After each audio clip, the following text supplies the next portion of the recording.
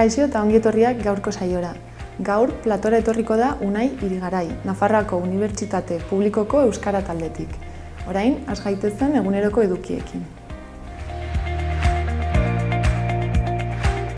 Gaurko komunikabidetako azalak ikusiko ditugu. Diario de Notiziasekoarekin hasiko gara. Nafarroak 2019 gastu publikoaren 5,2ko igoerarekin itxi duela dio titularrak. 4.386 milioira iritsiz. Horretaz gain, Nafarroako 69.381 adingaberentzat hortzak zaintzeko plana abiatu dutela azpimarratzen da azal honetan. Eta argazkian, osasunak goiz txar bat pasa zuela adierazten du. Gaurko Notiziasek, gainera, Casadok Euskal PPA beste krisi batean sartu duela dio, Alonso alboratu eta gero. Bestalde, Italia koronavirusagatik geldiarazi dela jakinarazten du, baita 3. hildako bat konfirmatu dutela ere. Nafarroan, Pui ikastetxean abusuen biktimen aurkako idatzi lizun gehiago salatu dituztela jasotzen du, baita Iruñeko inguruetako legez kanpoko auto lasterketetan parte hartzagatik 2 pertsona inputatu dituztela ere. Horretaz gain, Nafarroa osoan inauteriak ospatzen ari direla nabarmentzen du, eta Iruñeko alde zaharrean emandako pertsekuzioaren ondorioz zauritutako adin txikikoak ospitalizatuta jarraitzen duela. Bukatzeko, Alex Marinelarenaren motopilotu ohiari egindako elkarrizketa ere nabarmentzen da azalean. Diario de Navarrako azalarekin jarraituko dugu. Titularrak dioenez, Frantziari egindako tabakoaren salmenta izugarri igo da Nafarroan, 2019an 21 milioi kutxatilara iritsiz. Argazkian aldiz, osasunak Arrasateren Aroko partidurik txarrena egin zuela nabarmentzen du. Horretaz gain, Iruñeko ingurabideetako legez kanpoko lasterketak direla eta 2 pertsona ikertuak izaten ari direla jakinarazten du. Politikan, PPek Euskal Autonomia Erkidegoan Alonso baztertu eta Carlos Iturgaitz berreskuratu duela azpimarratzen du. Eta gaia aldatuz, koronavirusa dela eta Italiak eskolak eta antzerkiak itxi dituela aipatzen du. Bukatzeko, inauteriek Nafarroa koloreztatzen dutela nabarmentzen du azal honek. Gara ikustera pasako gara. Albiste nagusia, Casadok Alonso baztertu eta Iturgaitz hautagai izendatu duela da, apirilaren 5ko hauteskundei begira. Argazkian aldiz, Alabesen urrezko garaipena nabarmentzen du atletik alfer baten aurka. Kirol emaitzen laburpen bat ere egiten du azal honek. Osasunaren denboraldiko partidarik txarrena, Ebenen Poel 20 urteko txirrindulari gaztearen 10 garaipenak eta Olaizola 2. eta Urrutiko etxeak Ezkurdia eta Martijaren aurka lortutako garaipenak azpimarratuz. Horretaz gain, giza eskubidei buruzko nazioarteko adituek biktima guztiak entzun eta laguntzeko beharra nabarmentzen dutela ere jasotzen du azal honek. Estatu Batuetan, Bernie Sandersek Nevadako kauku demokratetan garaipena lortu dutela jakinarazten du, Donald Trumpen aurkako hautagaitza sendotuz. Eta bukatzeko, Mikel Arena historialariaren hitzak ere azaleratzen ditu. Esanez, 1926 eta 1937an izandako garbiketa politikoaren kontakizun integrala bultzatu behar dela. Euskal Herria Irratiarekin bukatuko dugu. Albiste nagusiak Iruñeko inauterietan zauritutako neskaren familiak poliziaren kontrako salaketa jarriko duela dio. Horretaz gain, Iruñea inguruko errondan auto lasterketak egiteagatik 2 gazte atxilotu dituztela ere jakinarazten du. Eta bukatzeko, Iruñeko kartzela zaharraren orubea memoria historikoaren leku izendatzea eskatu dutela aipatzen du komunikabide honek. Esto es un mapache. Esta es Amaya, vestida de mapache. Este mapache no puede consultar su historial médico online.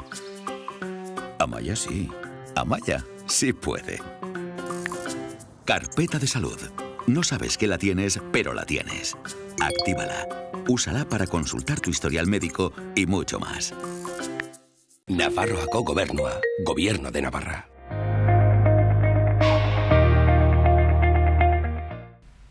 Gaurko eta biharko eguraldiaren iragarpenak ikusiko ditugu orain. Gaur, astelena, giro eguzkitsua egongo da oro har, eta behe-hodeiak itsasertzean. Barnealdean, goizetik zerua ia erabat garbi agertuko da. Giro eguzkitsua eta egunsenti hotz baten ostean tenperatura maksimoak 20 gradura gerturatuko dira. Itsasertzean behe-hodeiak nagusituko dira momentu askotan, batez ere goizean goiz. Eta ondoren, arratsaldeko lehen orduetatik aurrera, haizea ipar-mendebaldetik finkatu ostean, litekeena da eguerdi partean hodeitza zulatu eta eguzki tarte batzuk izatea. Kostaldean 15-16 graduren bueltan geldituko dira maksimoak.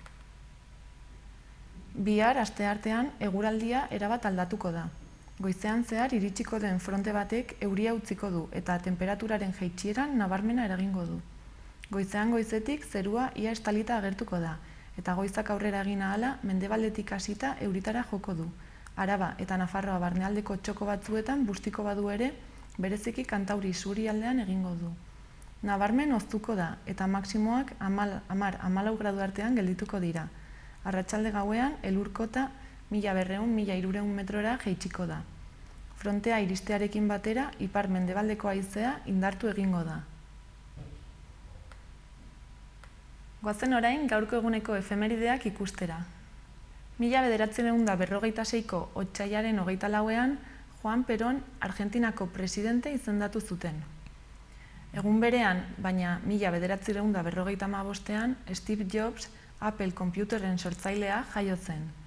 Eta egun berean, baina 20 urte beranduago, 1975ean Led Zeppelin musika taldeak Physical Graffiti albuma argitaratu zuen.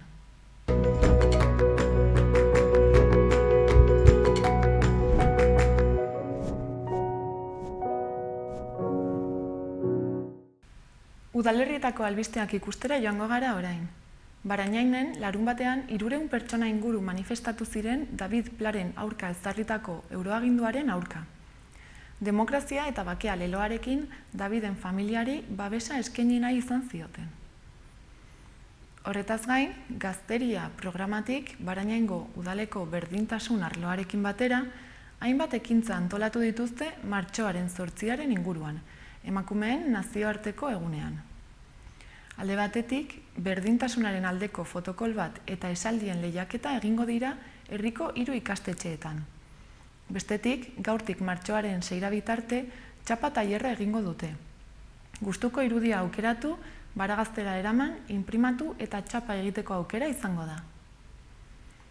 Gainera, hilekoaren inguruko tailerra antolatu dute, ilargi zikloarekin lotuta. Tailer hau martxoaren 6ean eta 13ean egingo da, ostiralean, 6etatik 8etara Baragazten.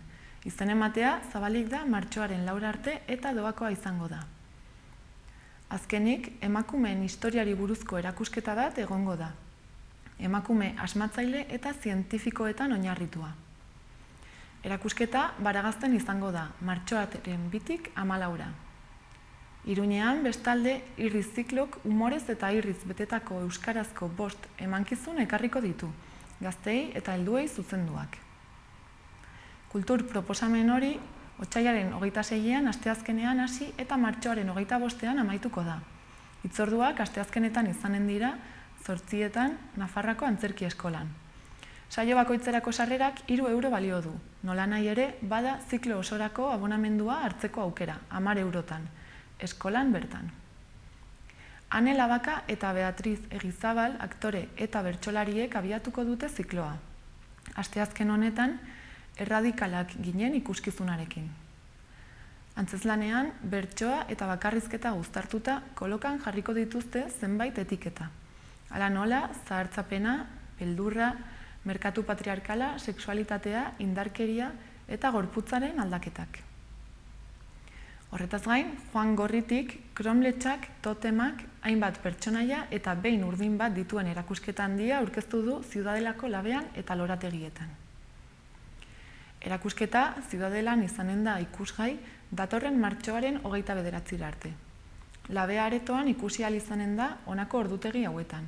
Asteartetik ostiralera 6:30-tik 8:30-tara, larunbatetan 12:00-tik 2:00-tara eta 6:30-tik 8:30-tara, eta igande eta jaiegunetan 12:00-tik 2:00-tara. Kanpoaldea ikusteko Ziudadelako parkea 9:00-tik gaueko 9:00-tara egoten da zabalik. Labearen barruan 6 metroko diametroko kromletx bat paratu du, 50 eta 180 zentimetrora bitarte dituzten piezek osatua. Gunea, zaindua, lasaia, bildua eta isila denez, obra ikustera bertaratzen direnei, haien pentsamendurik barnekoenetara eramateko aukera eskainiko diela pentsatu du, eta horrek hartaratuta erabaki du obra hor kokatzea. Hala, nahi dutenek piezak ukitu eta zurei egin dizkien zuloetatik begiratu ahal izanen dute. Diseinuak 70 pieza osatutako zirkuluaren inguruan ibiltzeko aukera ere ematen du, sorkuntza horri zein ikuspuntutatik begiratu nahi zaion erabakitzeko. Bigarren kronbretxa kanpoaldean instalatu da. Barrukoa baino handiagoa da, 10 metroko diametroa eta egur paregabe eta ezberdinetako ia 100 pieza ditu eta osotasunaren oreka ematen du aditzera. Bestea bezala, gure arbasoek duela milaka urte hasitako lanaren jarraipena da, guztiok elkartzen gaituen zirkulu bat. Batean zein bestean egurrak kolore naturala du, denboraren joanak eta materialaren gorabeherek eman diotena. Behi urdina guztiaren lekuko ageri da, bi enboran diren gainean atsedena hartzen. Artistak infinituaren kolorez margotu du behia, haren haurtzarako oroitzapenak jasotzen dituen urdinez. Denboraren atzaparrei ihes eginez maite duen askatasunarekin bat egiteko. Obra 5 metrokoa da eta 2000 kilo ditu. Berdeguneko erakusketan aurreko ez gain 2 totem handi daude, izan ere batek 4 metroko altuera hartzen du eta besteak 3koa. Behi urdinean bezala piezak koloretsuak dira, gorritik zuraren gainean pintura akrilikoa erabiltzeko hautua egin baitu. Aurreko material berberekin osatu du azken obra, malatxa, erakusketa osatzen duen konposizio urdina.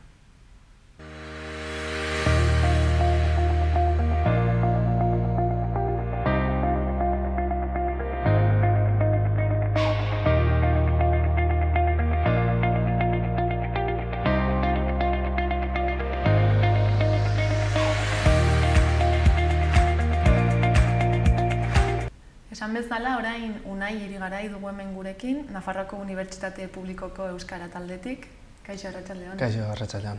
Zer moduz? Ongi, hemen azaltzera pixkat.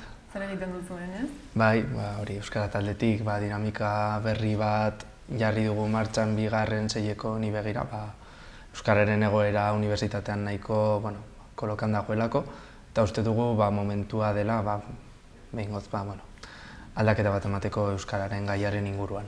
Eta zein da Euskararen egoera gaur egun? Nahiko txarra edo oso txarra errango genuke izan ere, 33 urte betetzen ditu aurten unibertsitateak, eta urte guzti horietan ez dira kapazek izan gradu bat bera ere euskaraz jartzeko, izan ere badira 2 magisteritzak, aurre eta lehen hezkuntzakoak, baina horiek unibertsitatea sortu baino lehen zeuden graduak dira, edo lizentziaturak edo diplomaturak uste zirela. Baina 33 urte horietan euskara plan edo euskararen aldeko mugimendua egon baden ere, ez da inoiz karrera bat euskara hutsean jarri edo eman diren aurrera pausoak oso txikiak izan dira euskararen gaiaren inguruan. Gaur egun, errektoratutzatik ez dute euskararen aurkako politikak egiten, baina euskara stand-by moduko batean dago. Ez du aurrera egiten, batzuetan atzera egiten du, izan ere ezagutzen ditugu kasuak non urte batetik bertzera karrera horren euskarazko kreditoen kopurua jaitsi egiten den, eta uste dugu larria dela, hori, Nafarroako Unibertsitate Publikoan euskaraz ikasteko dauden arazo eta trabak. Orduan, euskaraz ikasteko magisteritza bakarrik Bai, ikasi daiteke? gero badira karrerak non batez ere lehenengo urteetan da euskara eskaintza handiagoa dagoen urteak, baina oso horriak dira, ez dira apenas asignatura guztiak, karreraren araberakoa da. Eta hori dio dana euskara oso kolokan dago, izan ere urte batetik bertzera, izan daiteke asignatura bat gehi euskaraz, baina izan daitezke bi gutxiago, izan ere plaza horiek gazteleraz ateratzen dituzte. Eta baldin badaude irakasleak unibertsitatean bertan euskaraz emateko prest dauden asignatura horiek, euskarara pasatzen dira. Baina adibidez, irakasle euskaldun horrek hartzen du asignatura bat. Eta baja hartzen du, ordezkoa ez du euskalduna izan behar, izan ere gaztelerazko plaza delako. Orduan, beti euskararena, egon daiteke urte batean, baina kolokan beti. Orduan guk eskatzen dugu politika bat benetan euskararen aldekoa, euskararen kredituak handituko dituena eta euskarari estabilitatea emanen diona. Baina orduan ikasle bat matrikulatzen denean ikusten ditu arloak erdaraz daudela? Ez, berez euskaraz eskaintzen dira, baina kolokan daude. Osea, bere gerta daiteke, hori, kurtso erdia euskaraz, baina bajartzen badu gaztelerara pasatzea eta talde aldatzen zaituzte eta horrelako gauzak. Orduan guk bai eskatzen dugu alde batetik unibertsitateari eskaintza handitzea, baina dagoena estabilizatzea eta hori egiten da kontratazioaren bidez, kontratazioan euskararen gaitasuna jarriz. Eta ikasleen aldetik euskaldunak asko dira? Bai, eta, bueno, azken... Uste duzue beteko zirela klasean? Bai, azkeneko urteko datuen arabera, 130%koa euskalduna da, Nafarroako unibertsitatean, eta azkeneko urteetan gora egiten duen zifra bat da izan ere, ereduak izan duen, Nafarroan izan duen azkeneko urteetan zabalpenaren ondorioz, eta erkidegoko ikasleak datozelaren ondorioz, euskaldunen kopurua geroz eta handiagoa da. Irakasleen aldetik ere kopurua geroz eta handiagoa da karrera desberdinetan, eta aipatuko ditut historia eta ondarearen gradua eta erizaintzakoa. Hor bai, bi kasuetan erdia baino gehiago, ikasleen erdia baino gehiago euskalduna da, eta irakasle kopuruaren aldetik ere oso handia da euskaldunen kopurua. Eta hor, gertatzen dena da, ikasle horiek ezin dutela euskaraz ikasi, nahiz eta irakasle euskaldunak egon, unibertsitateak ez duelako euskararen aldeko politika zintzoa egiten. Orduan guk eskatzen duguna da, kasu horietan ere, bermatzea. Eta ez dira 4 edo 5 ikasle, ez erdiak baino gehiago euskaraz ikasi nahi du. Orduan ez dugu ulertzen. Eta adibidez datorren historia eta ondorea aurten izan da lehenbiziko urtea eskaini dena, eta lehenbiziko urtea zenez ez probatzeko lehenbizi gazteleraz, baina zergatik izan behar da lehenbizi gazteleraz euskaldunak daude, irakasle euskaldunak, eta egon da mugimendu bat irakasleen eta ikasleen artean, eta datorren urteari begira lortu dute lehenengo urtearen 20% euskaraz izatea. Lehenengo urtearen 20% nahi du 2 asignatura edo horrela. Eta oso gutxi da, baina aurrera pauso txiki bat da. Baina hori, irakaslek eta ikasleek bultzatua eta ez errektoradutzatik edo departamentutik bultzatua. Orduan hori da guk salatzen duguna, ez, errektoradutzaren jarrera euskararekiko. Eta orain, egoera hau salatzeko edo manifestazio bat prestatzen zaituzte? Dinamika bat aurkeztu genuen pasaden astean, unibertsitateen euskaraz orain, dinamika, 3 arlo estrategiko edo 3 karril bereizten ditugu, ikasleena, berez gu garelako euskaraz ikasi nahi dugunak eta ikusten dugu indarra dagoela unibertsitatean ikasleen aldetik borroka hori aurrera eramateko, irakasleena, erran bezala geroz eta gehiago dira euskaldunak unibertsitatean, eta uste dugu irakasleen aldetik ere landu beharreko zerbait dagoela, eta orduan bigarren karril hori irakasle zuzendua dago, eta azkenik gizartearen karrila edo euskararen aldeko eragileen karrila. Azkeneko asteetan ikusten ari dugu Nafarroan euskararen kontrako oldarraldi bat izaten ari dela, ez? Bai aurreskoletan, Mendigorriako gurasoetan, komunikabideetan, ez? Kendu dietelako agian xaloari ere publizitatearen instituzioen aldetik, eta uste dugu hortik ere borroka garrantzitsu bat eman daitekeela, ez? Zeren azkenean unibertsitate euskaldun bat ez baldin badugu, ez dugu izanen gizarte euskaldun bat. Eta gaur egun gauden ikaslei afektatzen digu, baina etorkizunean gaur egun aurreskoletan edo eskoletan euskaraz ikasi nahi dutenen arazoa ere izanen da etorkizunean. Beraz uste dugu gaia sozializatu behar dela eta gizarte guztiak jakin behar duela zein den egoera eta egoera hau aldatu beharra dugula. Eta horretarako ze ekintza planteatu dituzu? Bai, dinamikaren ekintza nagusia apirilaren 2an burutuko dugun manifestazioa izanen da. Ez daukagu oraindik oso garbi non eta nola burutuko dugun manifestazioa, baina bai NUPek protagonismoa izatea manifa horretan, hasiera edo bukaera behintzat hor izatea.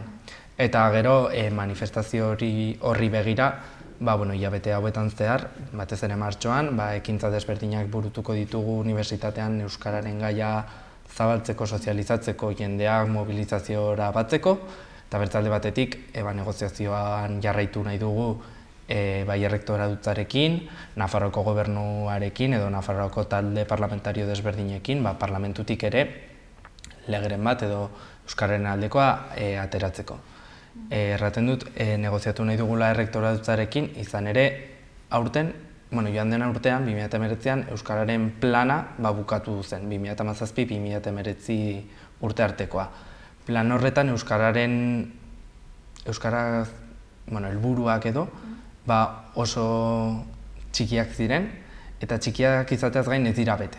2020an gaude eta plan horretan zeuden helburuak bete gabe gelditu dira. Eta errektoratzarekin bildu ostean, erran digute aurten euskararen plan estrategiko edo egingo dutela. Beraz guk horretan parte hartzeko eskubidea dugu, unibertsitateko talde izateagatik. Orduan bertan partu hartu nahi dugu, bertan benetazko aurrera pausoak emateko. Eta bertzalde batetik, unibertsitateak aurten Nafarroako gobernuarekin hemendik 4 urtetarako aurrekontua sinatu behar du. Eta hor, Nafarroako gobernuak daukala gaitasuna euskararen aldeko politikak diruz hornitzeko. Orduan uste dugu, negoziatzeko aukera dugula, 2 bilera izan ditugu kurtseo honetan errektoratzarekin. Eta nola joan dira? Haiek hitz politeekin apaintzen dute dena, baina azkeneko urteetan bezala jarraituko dute. Euskara 3. hizkuntza jarraituko dizanen, haien ideien arabera, izan ere, gaztelania beti joan da aintzinetik, eta ingeleraren aldetik, beraiek uste dute hauspotu behar dela ingelera. Eta gu ez gaude horren kontra, izan ere, gu ere euskararen kontrako jarrera duten pertsonek uste dute euskaldunok ez dugula gaitasunik ingeleraz ikasteko, baina bai. Eta guk nahi duguna da, ingeleraren alde egiten baldin badute oso ongi, baina euskara unibertsitateko estatutoen arabera gaztelaniaren maila berdinean behar duen hizkuntza da. Beraz, ez dugu lertzen zergatik ez dute beraien estatutoak betetzen, eta gero aparte Baskoentzeren legearen arabera Nafarroako Unibertsitate Publikoa nahiz eta Iruñean egon, zona baskofonoan egongo balitz bezala konsideratzen da Nafarroako guztiko ikasleak etortzen direlako ikastera. Orduan, Baskoentzeren legea eta unibertsitateko estatutoak ez dira betetzen gaur egun. Orduan, guk eskatu nahi dugu, benetan haien legeak gutxienez, eta lege horiek euskararen kontra eginak dauden arren, gutxienez betetzea. Eta zuek euskara taldetik nola antolatzen zarete, elkartzen zarete? Bai, kurtso hasieran aurkezpen bilera batzuk egiten dira, eta hortik ikusten da ze jende dagoen prest kurtsoan lan egiteko eta hori. Eta, astean behin gutxienez biltzen gara, zer egin. Adibidez, lehenengo semestrean ekintza desberdinak eraman ditugu, gehien bat kulturalak, euskara astea, bertso afariak eta horrelakoak, euskara klaseak ere martxan jarri ditugu, langileendako eta ikasleendako, modu autonomo batez antolatzen gara, eta euskara klaseak eskaintzen ditugu, gutxienez, euskararen ezagutza unibertsitatean pixka bat bada ere handitzeko. Eta hori, bigarren 6 hileko honetan, pentsatzen genuen beharrezkoa zela dinamika hau martxan jartzea, testu inguruagatik, ez? Euskararen oldarraldiaren aurka dagoen jarrerarengatik, eta hori, negoziazio bat eman behar delako bai Nafarroako gobernuarekin eta unibertsitateko komunitatearen barnean euskara plan berria egiteko. Orduan uste dugu, 6 hileko hau oso garrantzitsua dela. Eta orain arte egin dituzuen ekintzek, zer nolako harrera izan dute? Ez digute oztoporik jarri, baina joan den urtean adibidez sinadura bilketa bat egin zen, 1500 sinadura lortu ziren, baina errektoratzak errandudan moduan ez dauka euskararen aldeko jarrera zintzo bat. Orduan, beraiek ez dute kasurik egiten, Gainera, unibertsitatea antolatua dago departamentuka eta departamentuka. Eta departamentu bakoitzak dauka eskubidea erabakitzeko nola izanen den kontratazioa eta eskaintza nolakoa izanen den. Beraz, errektoradutzak ez ditu erabaki horiek hartzen, baina bai inziditzeko aukera duela. Baina, unibertsitatean 4 urtez behin hauteskundeak daude. Orduan errektoradutza taldeari ez zaio komeni, adibidez erizaintzako departamentuan edo historiako departamentua bere aurka jartzea behartzen dituelako euskarazko kredituak ateratzen. Orduan, pasibotasunez jokatzen du eta euskararen gaia ez du inoiz aurrera egingo jarrera hauekin jarraitzen badute. Behintzat zuek geroz eta gehiago zaretela nabaritzen duzu, Bai, azkeneko urte honetan ikusi dugula jendea kontzientziatzen ari dela, kostatzen da jendea mugitzea, uste dut arlo guztietan, ez bakarrik gai honekin, baina uste dugu aukera dugula unibertsitatean bertan eta Nafarroan euskararen aldeko mobilizazio desberdinak egonen dira gainera, eta uste dugu testuinguruak lagunduko digula. Aipatu nahi dut ere, asteburuan Iruñan egingo den manifestapenan parte hartuko dugula ere, atxikitu egin garela manifestazio horri, uste dugulako arazoa gizartearena dela eta maila guztietan defendatu behar ditugula gure eskubideak, kasu honetan euskaraz ikasteko eskubideak. Eta gero, apirilean? Eta gero, apirilean, dei egiten diogu Nafarroko gizarte osoari, euskararen aldeko dinamiketan parte hartzen duen jendeari batez ere, gure borrekarekin bat egiteko ez dela gurea, baizik eta gizartearen mesedetan egiten dugun borroka bat dela. Eskerrik asko. Mila esker zuei aukera emateagatik. Animatuko dugu jendea zuekin mugitzen. Mila esker.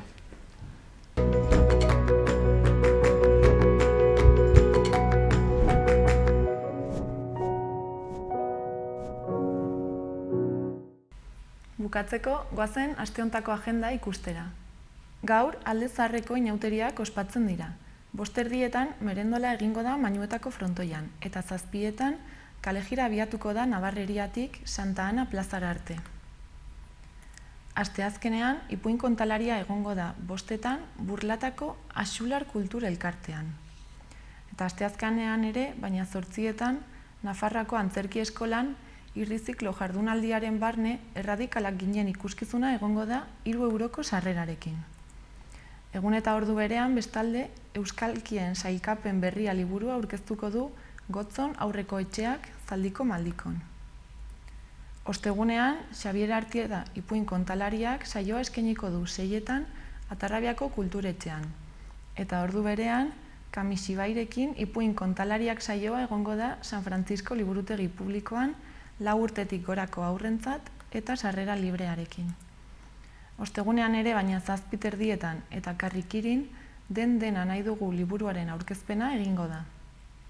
Ostiralean, Katakraken, Txinua Atxeberen gainbehera dator dena liburuaren aurkezpena egingo da 7:30.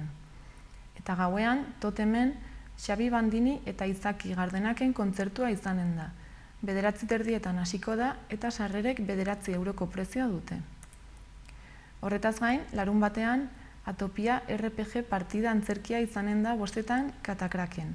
Eta ordu berean, baina Atarrabiako kulturetxean, haurrentzako Batman Lego filma egonen da ikusgai, euro bateko sarreraren truke. Bukatzeko, larunbat honetan hasiko da Van Gogh Alive erakusketa Baluarten. Maiatzaren 31 arte egonen da ikusgai eta sarrerek 14 euroko prezioa dute.